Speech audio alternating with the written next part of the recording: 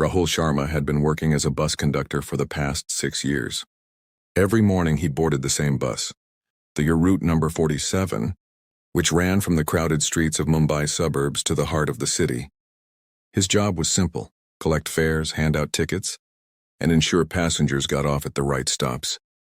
Life was monotonous, but he never complained. He had grown used to the smell of sweat and diesel, the constant chatter of passengers, and the honking of traffic outside, until she stepped onto his bus. It was a rainy Tuesday when Rahul first saw Mira.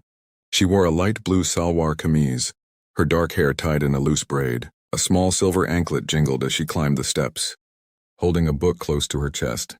"1 ticket to Marine Lines," she said softly, handing him a 10-rupee note. Their fingers brushed for a second, and Rahul felt something he hadn't in years, a heartbeat that wasn't just routine. He handed her the ticket, their eyes meeting briefly before she took a seat by the window. From that day on, Mira became a quite regular passenger. Rahul began noticing little things about her. She always sat by the window. She read novels, mostly romance and poetry. She smiled whenever an elderly passenger boarded.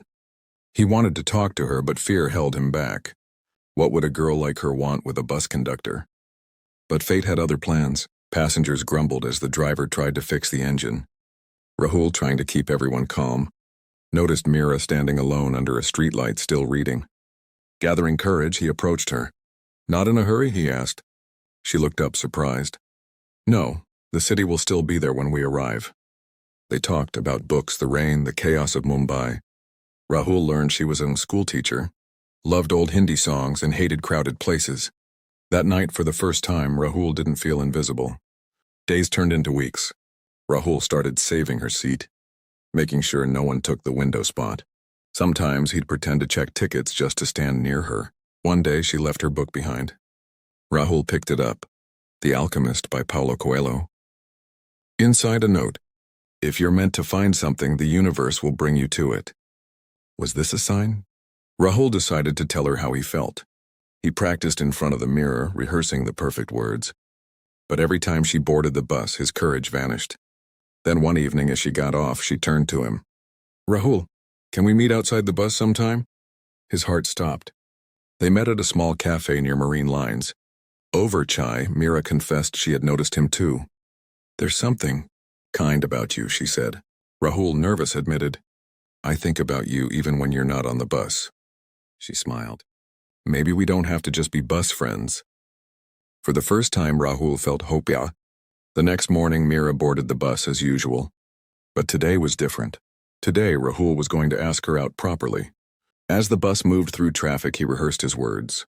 Then, a speeding truck lost control. The collision was brutal. Glass shattered. Metal twisted. Screams filled the air. Rahul was thrown to the side, his head slamming against a seat. Dazed, he crawled through the wreckage, calling for passengers. Then he saw her. Mira lay motionless, her blue dress stained red. No. He cradled her, begging her to wake up. But her eyes, once so full of life, were empty. At her funeral, Rahul stood in the back, unseen.